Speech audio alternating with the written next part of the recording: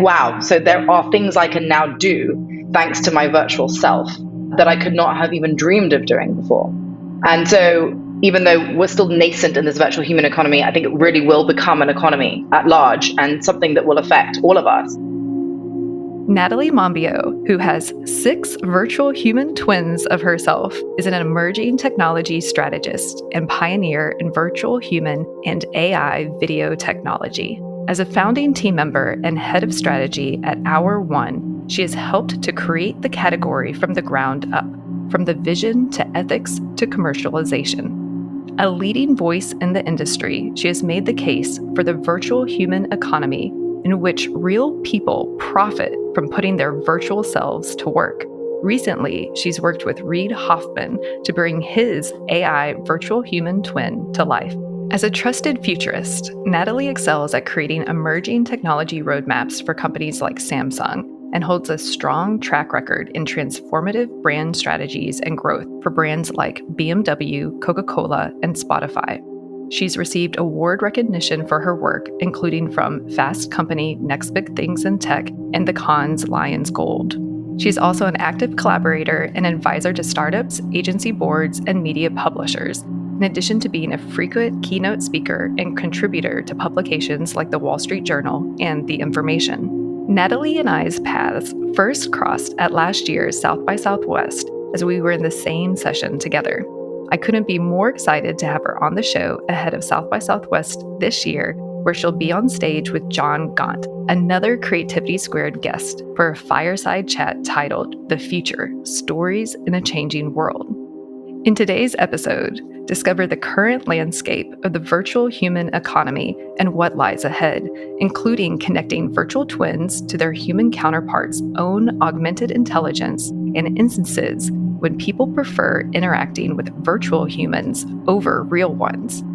We discuss everything from terminology, ethical considerations, and photorealism to imaginative use cases and the interoperability of virtual humans, even how one brand on Amazon is putting virtual humans to work for their product listings. Join the conversation as Natalie shares her passion for virtual humans and envisions how they can augment human capabilities, not replace us. How can you put your virtual human to work? Listen in to find out. Enjoy. But have you ever thought, what if this is all just a dream? Welcome to Creativity Squared. Discover how creatives are collaborating with artificial intelligence in your inbox, on YouTube, and on your preferred podcast platform. Hi, I'm Helen Todd, your host, and I'm so excited to have you join the weekly conversations I'm having with amazing pioneers in the space. The intention of these conversations is to ignite our collective imagination at the intersection of AI and creativity to envision a world where artists thrive. Just a dream. Well, Natalie, welcome to Creativity Squared. It is so good to have you on the show. Thank you, Helen. It's wonderful to be here. Oh, and I feel like the universe has been conspiring to actually have us meet because we found out once we were connected through John Gaunt, who is another guest on the show, that we were actually at the same session at South by Southwest in the audience together. So it's so nice to have gotten to know you after being in the same room with you ahead of this interview. So welcome again. Thank you very much. And it was also funny because I think we also re-met before we actually met on Zoom, yet to meet in real life. But we kind of vibed off my virtual human economy post. I was like, we should talk on LinkedIn. And you're like, we should talk. It's like, well, actually, I think we're talking on Monday. There are lots of things leading up to this moment. Yes, and I'm so excited to have you on the show because, as everyone probably knows who's a listener, I've already cloned myself, but you've been in the cloning world a lot longer and have done a lot of thought pieces on the virtual economy, which we're going to dive into today. So excited to get into that. But before we do, for all of our listeners and viewers who are meeting you for the first time, can you introduce yourself of who you are, what you do, and your origin story? Absolutely. So, Natalie Monbiot, and I am currently the head of strategy and a founding team member of Hour One, which is a virtual human and AI video startup that was founded as far back as 2019, so ancient history in this world, it kind of feels like. And what brought me to that moment was that I was really steeped in the world of emerging technology and emerging media, having been served a number of leadership roles, mostly on the agency side. I was the head of digital at Universal McCann, and I was the head of innovation and strategy as well. And at Publicis, I was the head of futures, focused on a future road mapping for brands like Samsung. So I've always leaned into the future, and I've always been passionate about what emerging technology and the companies that are building it are doing, and what kind of outsized impact that could eventually have on consumer behavior and brands. And so, having spent a lot of time in the corporate world, and also, as you might detect from my accent, originally from the UK, I moved to San Francisco, just try it out for a year about 12 years ago. And then America happened, as I think of it. I got an opportunity to work at the Emerging Media Lab, the Interpublic Media Lab, in Los Angeles. And that was kind of a defining moment for me, sort of the shift from kind of strategy and communications, which was kind of the field that I was in, into really leaning into emerging technology and what all of that means for consumer behavior and brands. So that was kind of a defining moment, I guess, in a way, an origin story in terms of realizing that my passion was really around emerging technology and what this meant. And I felt a calling to kind of understanding what that is and being this translation layer to both people at large, brands, consumers, to help educate as to what this can mean for them. This might feel small, might feel like a toy right now, might feel irrelevant to you right now, but actually for all of these reasons, it's something that you should be paying attention to. Thank you. And in terms of synthetic media and the virtual human economy, 2019 was like super early, but I feel like right now it's still the very, very early days, especially of like the tech adoption curve. I think we're still in the before early adopters, like in the innovators stage, but that's really set to change. So where do you kind of like, taking a step back, can you kind of give us a landscape of, since you've been in the space since 2019, kind of the virtual human economy, where it's been, where it's at, and where you see it going? For sure. And I should probably define what I mean by the virtual human economy, which is that real people have the opportunity today to create a virtual twin. And in creating a virtual twin, they have the opportunity to put it to work on their behalf. And if you put your virtual twin to work on your behalf, I mean, sort of, there's all kinds of ideas and possibilities there. But in the kind of most simplest form, you can have it literally do things for you. And in the, since the very earliest days, you can have it present endless amounts of content for you.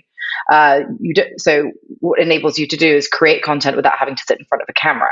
I know that you've covered this technology a few times on previous episodes, so we don't need to dive too much into the details about how you create a virtual twin. But the idea is that once you've created one with a little bit of footage, a little bit of training data that is required at the start, you can then create endless amounts of content in your likeness. And not just the ability, it enables not just the ability to scale content, but also to augment your skills. Because once you've been digitized, you can, to start with, you can end up speaking any language, languages that you don't know, and it helps you to become an uber communicator. So I think that's something that's really fascinated me since the very beginning. And one of our very earliest customers, enterprise customers, actually, who we started talking to and working with back in 2020 was Berlitz. And they actually, for them, we created 8 virtual human instructors that were actually all based on real people, many of whom were not professional teachers in any respect. They, one was a student, one was a gig worker, and this is sort of another type of gig work that they managed to kind of discover, which is to become a German language teacher. And watching themselves speak German and teach German was kind of a groundbreaking moment for them. Like, wow, so there are things I can now do thanks to my virtual self that I could not have even dreamed of doing before. And so, even though we're still nascent in this virtual human economy, I think it really will become an economy at large and something that will affect all of us. Since 2019, real people have been paid a passive income for acting as their virtual selves and kind of being featured in commercial content, whether it's as language teachers or virtual receptionists or HR representatives or shop assistants. So since the very beginning, I've been really fascinated by this idea of this new economy and all the different directions it could take. Thank you for that background. And it just seems like the natural evolution of our photos and content that we have online anyway, that instead of just an animated photo or just video, that we just have this new extension of media that we can use to fill in for ourselves or stand in for ourselves if we don't want to put on makeup or get on camera and all of that. So it seems like before long, everyone will have their digital twins. Yeah, because I think on the one hand, it seems like this very wild concept and something that might feel very alien to you. But then you just have to look at your own experience. And as a person that puts an image of themselves that has been stylized to meet the needs of a particular platform or to meet the needs of what you want to achieve in terms of how you communicate with others via that platform. So your LinkedIn avatar or your Instagram avatar or profile picture might be quite different, but they are designed to represent something and to say something on your behalf. So, and as you mentioned, kind of got these like sort of, increasingly these images can be animated. Well, this is kind of a natural, if not, if a bit accelerated, a continuation of that trend. And so you can kind of see as experiences become more and more immersive, and as video in particular becomes more and more pervasive, thanks to the fact that you can generate it using AI, we can see how this type of self-representation can become increasingly normalized. And one thing that I'd like for you to explain, and it's been explained on the show, but in case listeners or viewers are tuning in for the first time, I know often as soon as you hear synthetic media, and there's a lot of different names for avatars, custom synthetic avatar, digital twin, AI clone, there's a lot of different vocabulary floating out there. But immediately, because of all the headlines, people go to deep fakes and the unethical use of them. So can you, if anyone isn't aware of that, break down the difference between deep fakes and the ethically made digital twins that we're talking about? Yeah, the nomenclature around this category has been something that we've thought a lot about and played around with and kind of, sort of evolved as the years have gone by. And so I'll just say that we at Hour One have chosen to use the term virtual humans and virtual twins, distinguishing it from digital twin, which can be a digital twin of a space, of a building. It's already a term that is quite known and sort of, in its own kind of adjacent field. But going back to sort of 2009, when the term really that was used for this type of technology was deepfake, and I feel that term has negative connotations just kind of inherently. But I also think that people weren't aware of any use case or possibility of this technology that didn't have negative connotations. So back then, when we were investigating this space, we would just call it synthetic media. Okay, so that's like the proper term. And the way that we distinguished the term deepfake from synthetic media was that deepfake was kind of the nefarious use of synthetic media. And in particular, it was the non-permissioned use of your digital likeness.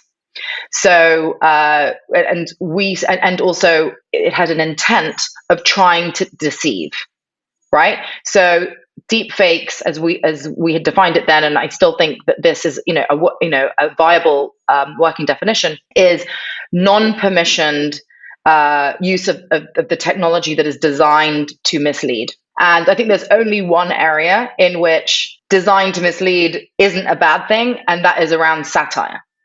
Right? But then there's a certain level of knowledge on the user's part that what you're watching is satire, but it's kind of using the technology and its ability to deceive as the tool to deliver the satire. But in all other respects, it was a pretty bad thing. So we work to kind of try to demonstrate the use cases for synthetic media in a way that was ethical and in a way that could be commercial for really big and established brands. And I think, right from the get-go, we were able to actually engage some very traditional and large-scale brands based on this kind of transparency. So, first of all, any virtual person that's either available on our platform, kind of like stock characters, or any specific person that signed up to become a virtual person would, first of all, do it with their express consent. We would always require an agreement which stated that we could handle the footage and the training data and use that training data or use that footage as training data to create the virtual twin. So that's step one in all cases. And then each agreement would the details would depend on kind of what the intended use and collaboration intent was with that virtual twin. But the other component of it as well that distinguished what we were doing from deepfake, and that that sort of encouraged brands to sort of partner with us, was around transparency. So to always respect the user's right to know that the content that they were looking at was computer generated. And we did that by sort of mandating that somewhere within the frame, it would be disclosed that the content being viewed was computer generated. It wasn't actually it wasn't actually delivered by a real person in the traditional way. I love that, because I want to make sure when I use my I probably say custom synthetic avatar or my digital clone the most. But when I use my digital clone, I always want to make sure that everyone knows that it's my clone and not me. So I fully am in the camp of more transparency around this form of media, the better, especially since there is still a lot of fears and stuff around it. And oftentimes, because I'm starting to clone people here in Cincinnati with a partner studio and with Render, our partner, our Creativity Squared partner, oftentimes people are like, oh, this is great, but how do you go from novelty to use? And like, what do you actually do with a clone? Which you listed off a lot of examples just a second ago. But what's your general response when you hear that question of what do you do with a digital clone or virtual human? Yeah, it's really interesting because I'd say that at the same time that it was a novelty, like a total novelty back in 2019, there were also simultaneously examples of how this would be used for really practical purposes. So in the case of Berlitz, they needed to digitally transform beyond in classroom learning. And this is well before the pandemic that this sort of came up as a strategic priority. And there was actually no way to film enough footage with real instructors to be able to create the body of content necessary to educate people online. And they actually tried doing that, and it wasn't feasible. And so they had to look for technological solutions to do that. Also, ones where there was a real human or a synthesized photorealistic human that could be expressive in the way that a teacher could be, to show pronunciation and to kind of like infer context as well. So we were already seeing the need for this technology to solve problems that kind of that existed for a lot of different businesses. But technology it sort of happens, and innovation happens in pockets. And I think that over the years, it's now actually become kind of more pervasive. If you look at the learning and development industry, so like a vertical within a lot of enterprises, a good number of those companies are employing AI tools and virtual humans in the mix of their content development today. So there really is kind of something that it's sort of becoming a given in some pockets in very large organizations. So I think that's really interesting. Another thing that has taken it from kind of like evidence of having gone from novelty to kind of pervasiveness is right now we have one of our clients, Enfamil, which is baby formula. And on Amazon right now, without sort of the blink of an eye, not without batting an eyelid, I should say, you've got videos explaining the product right in the listing on Amazon, presented by virtual humans. So it's interesting because things sometimes don't move as fast as you think they will, and sometimes they move faster. Or I think maybe what it is that there are these moments of inflection, and everything happens at once. I think as we've seen with the whole sort of chat GPT era, it sort of felt like everything kind of happened at once. It was a lot of work invested to getting to that point. But maybe in 2020, I was presenting retail conferences with POCs that we'd done with Amazon directly and other retailers, and showing, here's a virtual human, selling TVs and such. And actually, our very first customer was a used car platform. And in the wild, back in 2019, there were virtual people selling cars. So I think it's sort of been happening in pockets, and now there's pervasiveness within certain verticals or horizontals across enterprises. And we're just going to see that roll out into more contexts and scenarios, especially as the technology evolves, meaning specifically how emotional and how hyper realistic and how well they can actually communicate. And they'll sort of rise towards kind of like, I'd say they're sort of like a little bit back office personas, or parts of, they're part of the workforce, but kind of more internal facing, particularly with learning and development and training. But we're starting to see more external facing roles for these virtual humans because they are more presentable and more effective communicators. And so I think we're going to see them more and more of them out in the wild in different contexts. Well, and I know that you're going to have a conversation with Dr. Jill Scheifelbein, who's a partner at Render, and we had her on the show because there's really not that much research on hyperrealistic avatars that exist, and she's done some of it. And her initial findings that she shared on the show is that when your virtual human stands in for you to do online trainings or whatever it is, that they're still really effective, both in engaging the viewer and also from an educational standpoint, that the viewer retains enough information to make them effective. So I'm really excited to see more research come out and in that regard too. Yeah, me too. And as you know, I'm very excited to see that. I can tell you that maybe again 2020. We started working with an AI hiring platform that was basically conducting interviews in an asynchronous manner and kind of taking camera footage and kind of initial screening interviews, which happened kind of online via the webcam. And they were using text initially. So you'd see, as a candidate, I would see on my screen a question in text and I would respond to the camera. And that felt like a bit of an unnatural experience. Like wasn't conversational. It was sort of like mixing media in a way that wasn't really comfortable for the candidate.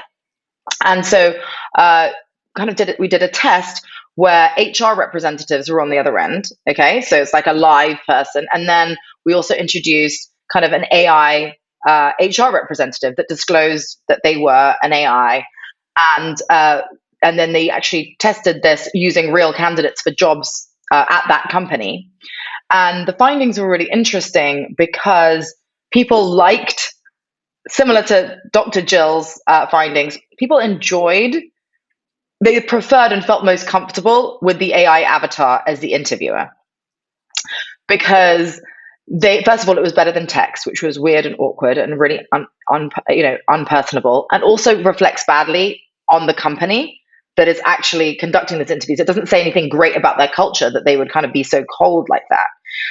And you'd think that maybe the real HR representative would be the best experience, but actually what we found, and also looking at the videos of these experiences and comparing them, the HR representatives kind of looked tired.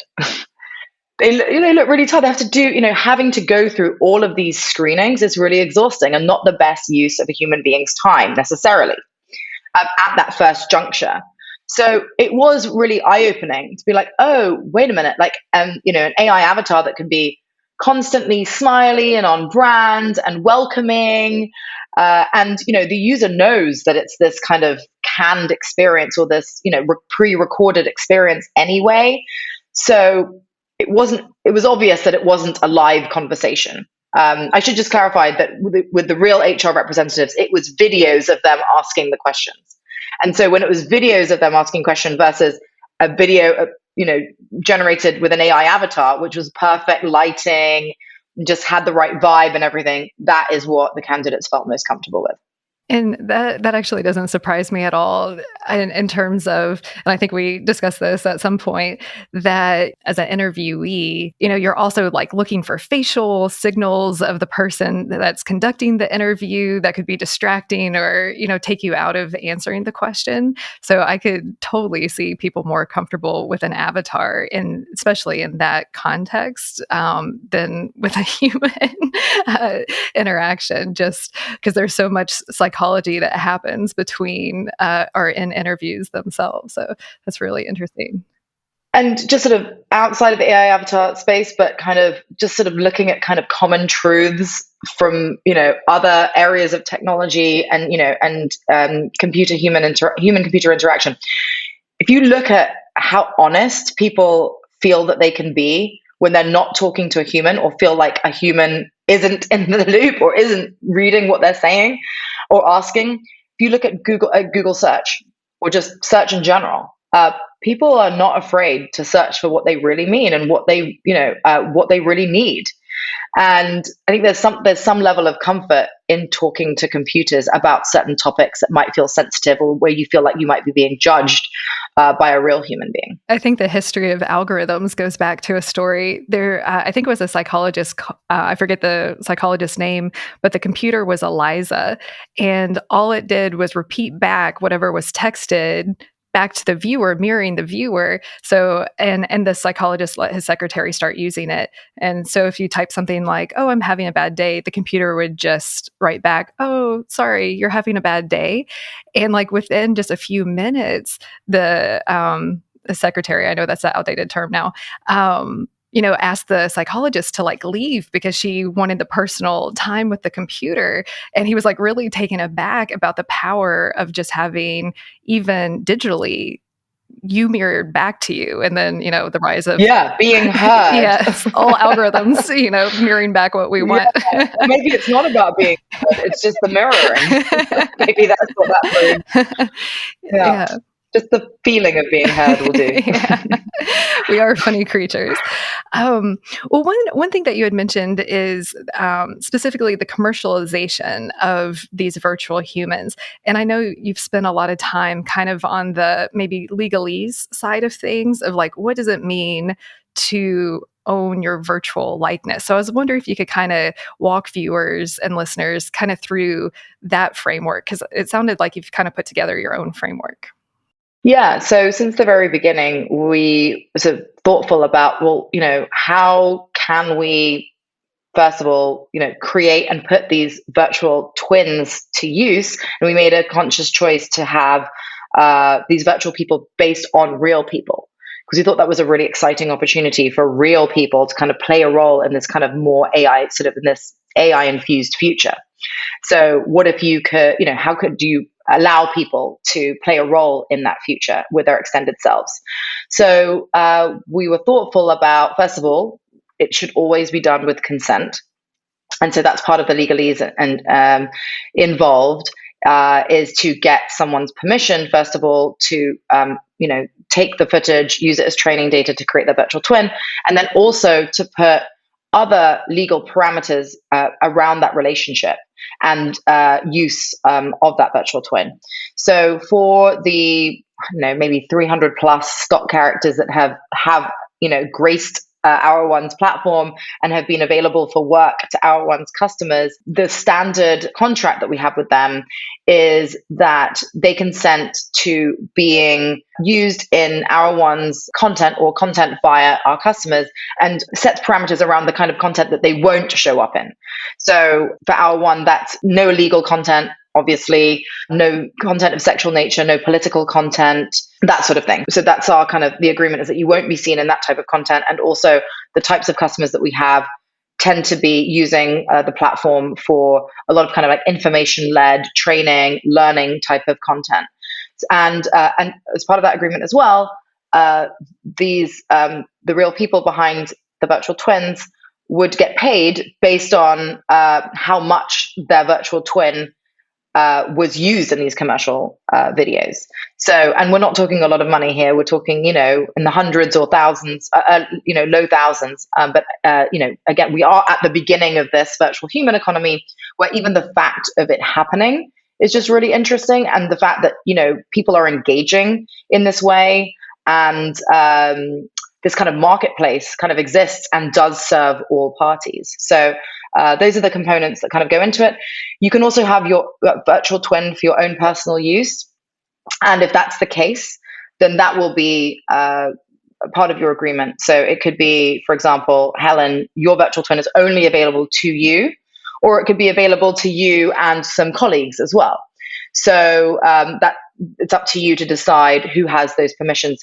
We do clone of quite a few sort of CEOs, and a way of kind of looking at who should have use, or who it makes sense to have use of that virtual twin and access to that virtual twin would be the PR team, your social media team, the usual people that would be making content and producing and publishing content on your behalf.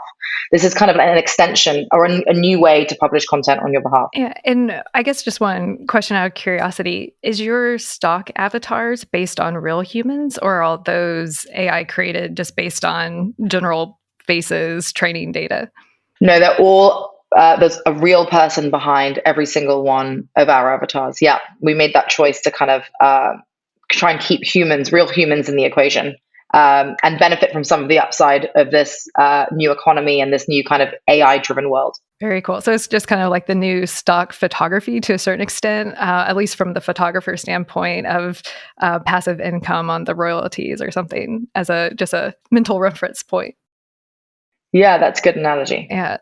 Well, and I know that you've also written a paper that you shared on LinkedIn about why it's important to use your as real of a likeness as possible for business use cases. Because in the avatar world, everyone probably already has an avatar. Like I was at the Apple store not too long ago, and I don't know if everyone knows this, but on their little badges, they have little cartoony avatars to represent the person that you're talking to at the Apple store.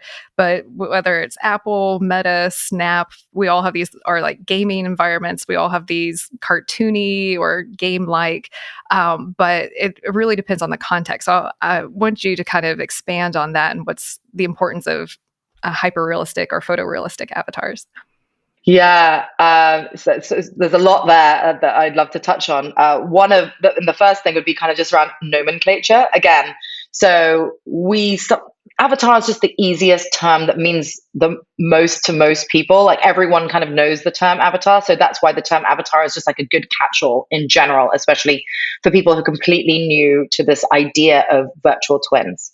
And then I think the usefulness of the term avatar kind of ends right around there when you start to get into the nitty-gritty, because the term avatar really comes from the world of gaming, where you do have these kind of more kind of cartoonish avatars. Of course, gaming is becoming so sophisticated, and photorealism is really kind of embedded in gaming, but really kind of the term avatar often does sort of denote this kind of more kind of cartoonish version of yourself, which is why we've kind of like generally opted for virtual twin, something that actually kind of resembles you in a photorealistic way. So why is it important to have a photorealistic or hyper-realistic representation of you? So I would refine and say that it's important to have that in the context of work.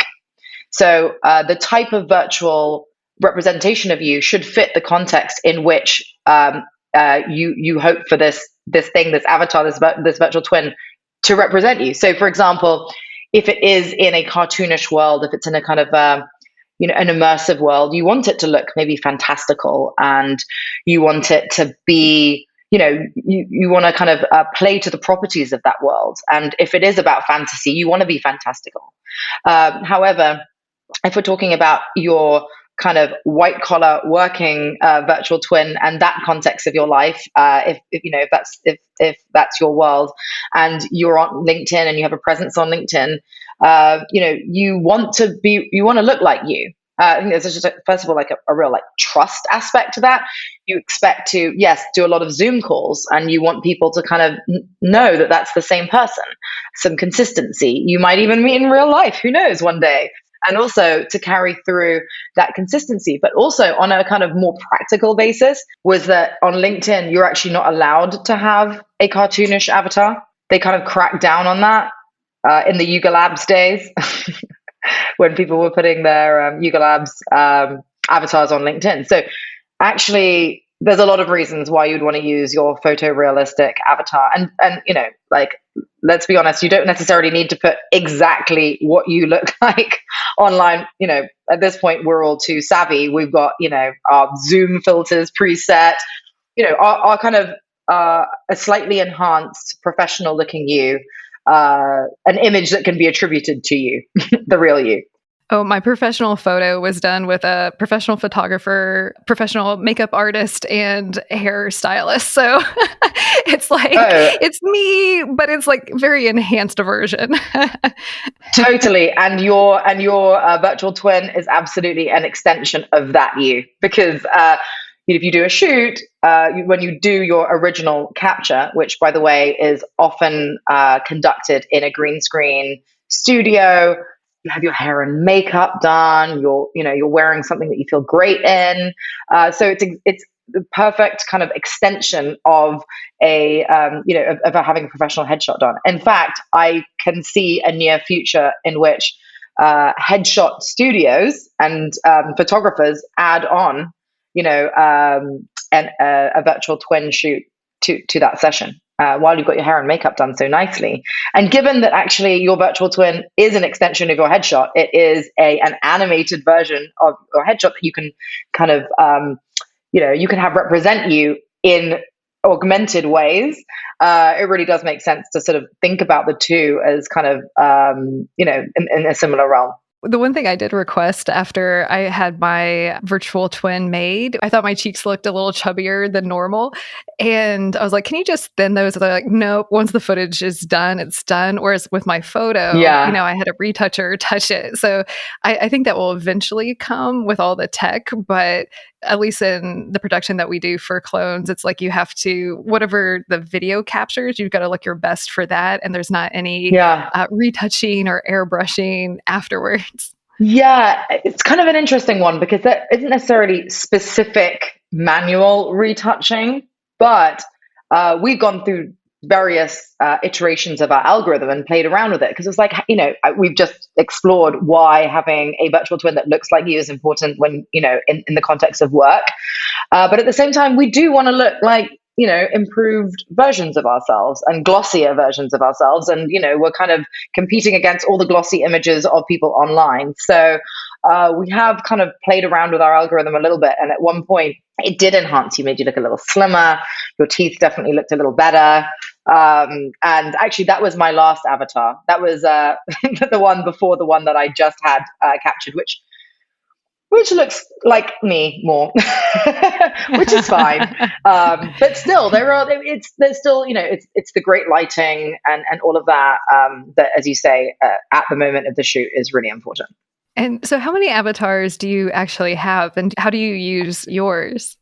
Yeah, it's a great question. So I've probably had 6 different ones done at different times, since 2019. But it's interesting because only about a year and a half ago did I feel, it was an inflection point for me where I felt good about my avatar representing me. Like the first time I actually posted my virtual twin on LinkedIn about something that I was doing or speaking a language that I wanted to kind of experiment with, or I felt comfortable putting her out in the world as a representative of me, which I felt like was a really interesting moment because up until that point, I was very freely putting virtual people, virtual humans from our platform out there as an examples of our work, case studies with clients. But it's something very personal about think about, I don't know, if I'm going to post photos of myself or my family or friends on Instagram, I'm very thoughtful about that. Do I feel comfortable with that? Does this feel appropriate? And I think with having a virtual twin, there are a few that I was then comfortable about posting sort of openly online. I think there was a few things at play. One was around the quality of it. Like I liked the way it looked. I felt that it was sufficiently expressive. I felt that it was flattering, and that sort of thing. And then also I felt like culturally a moment in time where the metaverse had just happened, or the hype around the metaverse had peaked. And it was this moment where suddenly, well, of course, if the metaverse is a given, then, the metaverse needs to be populated. And who's going to populate the metaverse if it's not your virtual twin?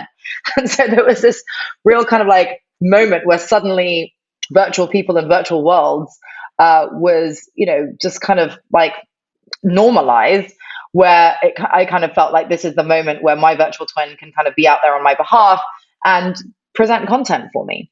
That said, prior to that, I've had my virtual twin appear in the context of presenting Hour One and demonstrating the power of the technology, but not really kind of out there as my virtual twin that I've put to work on my behalf.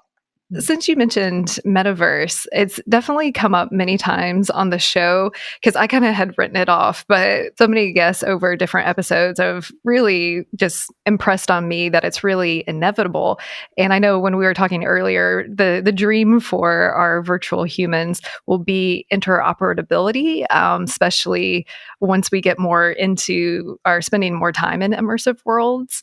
But you said something interesting about how video is kind of interoperable now. So I was wondering if you could kind of like expand your point, because I thought it was a really interesting one. Yeah, I think in a Web 2.0 era, you can kind of call video interoperable in the sense that it can travel everywhere. You can view a video file anywhere. It can be streamed in so many different platforms and contexts, and video is the most pervasive medium. So, I think that was one of the key choices at the beginning of the founding of Hour One, is that this would be a technology that enabled you to scale your content, scale your likeness, generate content that could reach a lot of people.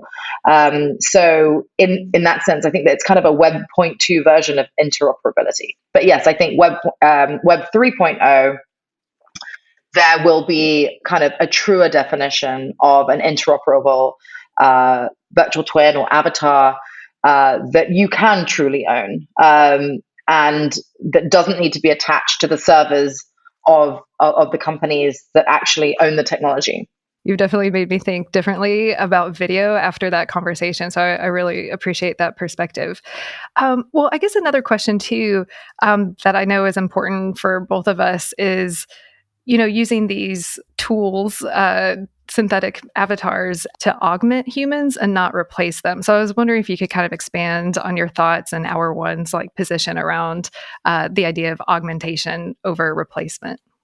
Absolutely. So I think that goes back to kind of the choice as to whether we're going to use real humans as essentially the training data behind the virtual humans. And the choice was that, there are enough real humans in the world that we don't need to invent kind of new likenesses. And also we wanted to tether real humans to this future of AI. And we also thought about the opportunity to enable real humans to create versions of themselves that could empower them as individuals. And so one of those, I think the most obvious way that individuals can be empowered through sort of the extended skills that AI can give you is through this ability to speak languages that you don't know. But I think what we've seen that's been really interesting, particularly in the last 12 months of ChatGPT and similar kind of explosion in other generative AI technologies, is the ability to connect your virtual twin to augmented intelligences.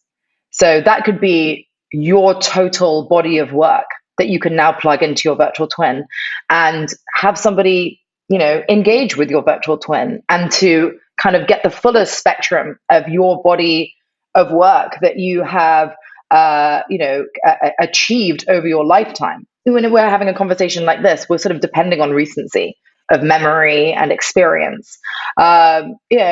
I think obviously live conversations, I think, still sit at the very pinnacle of human experience. But there's something to be said for, a podcast interview with the fully kind of capable version of you that has at its fingertips all the knowledge and all the insights and all the breakthroughs that you've ever come up with, and have those readily available. And so I think it's kind of interesting to think of how we can have virtual versions of ourselves that are our augmented selves, that are the best that we can possibly be, and also to be able to connect other intelligences. Like we just talked about languages, like those are skills and abilities that we might not have natively and inherently. There's, all kinds of knowledge that we can now sort of connect to our virtual selves to help us be more productive, to help us, who knows, like create entirely new ideas and businesses that weren't possible before. An example of that, we work with a futurist called Ian Beecraft, who has a virtual twin. And his virtual twin has been hired as the AI correspondent for a broadcaster. And this broadcaster, by the way, is also a startup, also founded around 2019, that is a news broadcaster that doesn't have any anchors and doesn't have any studios, doesn't even have a physical location. And that business was allowed to be created and to thrive thanks to this technology that exists. So I think we're going to see lots of people being able to take advantage of this technology in new ways to be able to kind of fulfill their potential in ways that weren't possible in the past. Natalie, you've given me another reason to appreciate my clone. Not only will it probably be able to pronounce things better than me, but it will have a better memory once it's trained on all my data about my own work than I probably have myself. Let's start there. Yeah. I already see Google and Wikipedia as like my external memory. So this is only going to be amped up that much more. Well, and another thing too, since the show is Creativity Squared and exploring AI at the intersection of creativity, one of the things that we discussed too is what these digital twins and our virtual twins and virtual humans could do as far as like creative expression. So I'd love to hear you kind of expand on your thoughts around this topic. Yeah, I'd say kind of up until around now, your virtual twin is a less expressive version of you, right? And it's only good for certain things today, like presenting information, presenting decks, like kind of that kind of thing, kind of sober to the camera, not super expressive stuff, because again, it is this kind of less expressive version of you, but one that is capable of, featuring in endless amounts of content on your behalf. But I think that where we're going with this is that your virtual twin will be able to be at least as expressive as you. And actually, in cases where some people just aren't, it's not just inconvenient to be in front of the camera. A lot of people aren't good in front of the camera and they're not able to express themselves in the way that they intend and in the way that they feel. So your virtual twin will be something that you'll be able to guide and to, in a way, maybe be the truest expression of you. So I think that's really interesting. And I think that's where creativity can really, we'll see a lot of creativity in this expressiveness. And then I think, when you combine what we're doing and what we specialize in and our foundational models around the virtual human and how we've already combined different Gen AI tools into our platform to make it really, really easy to create content without any creative skills kind of at all. You just need to be able to prompt decently. We actually take care of a lot of the prompting for you too, with pre-made prompts that are the ones that are going to be the most useful for getting the kind of content out of the system that you want. When you start combining all the kind of innovations that we're seeing in AI video outside of virtual twins and combining all of that together, I mean, it's incredible to think what kind of creativity we're going to see. I love it, and I'm so excited to see what comes out of it too. And something that you said about your virtual twin might be better on camera than you. I think one really interesting thing, and I haven't done this with my own clone yet, is personal development. And I've been wanting to like feed it like mantras and then see someone who looks like me and sounds like me. There's this phrase that I repeat often, that you cannot be what you cannot see. And you already see some of these things like personal development in VR. I think it's a really compelling idea to see yourself, whether it's speaking another language, like what you mentioned earlier in the interview or whatnot. So I'm like really curious about the personal development and how these avatars can actually help us improve our own selves too. Yeah, I mean, there are various versions of the saying that all the knowledge already lies within you, right? So it's like, well, how do we coax it out of us and how do we essentially manifest it? And I think there's something really interesting in the idea of literally manifesting it and seeing a kind of a role play version of you doing the thing that you are trying to actually achieve in real life. So, having a personal you as a coach, I think is a really interesting concept that I have enjoyed thinking about. And yeah, it will be really interesting to see what businesses and ideas come out of that. I'm so excited. It's such an interesting time to be alive, not only within the avatar space, but the Gen AI in general. There's so much going on. And I know you and I can keep geeking out about this for so long. And we will. Well, one thing that I always like to ask my guests is, if you want our listeners and viewers to remember one thing, what is that one thing that you want them to remember? I think we should, the main takeaway is that we are living in this virtual human economy. And while it might seem kind of distant and irrelevant to you as a person right now, I think it's worth thinking about the entire ecosystem of a virtual human economy. Whether it's actually creating your own virtual twin that you can put to work on your behalf, and what does that mean? Like, what could you do with that virtual twin? Did you ever dream of becoming a TV host? What would your topic have been? It was like, oh, not in my lifetime, but maybe in your lifetime. Yes, you can do that. Or thinking about what the virtual human economy means for the rest of the ecosystem that it kind of touches. We've seen that celebrities are being hired by giant platforms like Meta as their virtual selves. And the promise there is that they can further build their communities. And so that's, look at those incentives. So platforms want to enable more engagement. These celebrities and creators, they want to build their communities and their fan bases, and fans want more access to their favorite creators and celebrities. So if you have any role in any of that ecosystem today, or anything adjacent, like this could really touch you or could benefit you or could be something that's worth thinking about and exploring from different angles. What are you looking forward to most in the upcoming year, or where this tech is going? Are we all going to have our virtual twins, and what does that world look like? Like, where is it going, and what's the ideal scenario for you? Yeah, I think we've for years thought what is the ultimate expression of what we're doing at Hour One? And I think having everyone with a LinkedIn profile, having a virtual twin, kind of like what we were saying before about you had a professional headshot done, and in the same breath, you captured your virtual twin, because you can now just bring that to life. It is your LinkedIn headshot that's working a lot harder for you than it was. And that seemed like a pretty distant vision, but I can see us accelerating towards that point much more quickly. And I think that's pretty exciting.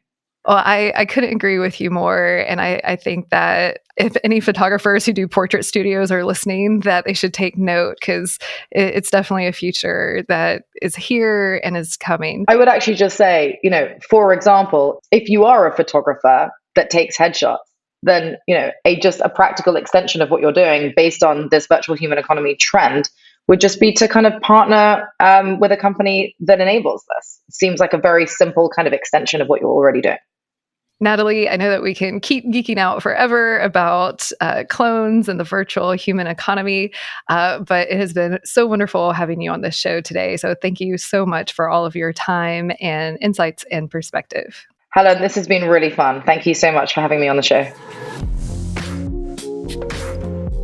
Thank you for spending some time with us today. We're just getting started and would love your support. Subscribe to Creativity Squared on your preferred podcast platform and leave a review. It really helps. And I'd love to hear your feedback. What topics are you thinking about and want to dive into more? I invite you to visit creativitysquared.com to let me know.